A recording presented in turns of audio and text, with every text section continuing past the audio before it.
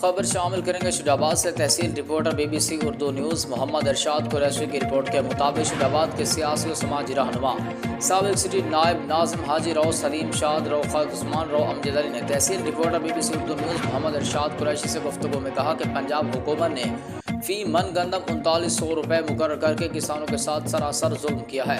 پچھلے سال کی بنسبت اس سال 40% کسانوں کا گندم کی کاشت پر زیادہ اخراجات ہوئے ہیں۔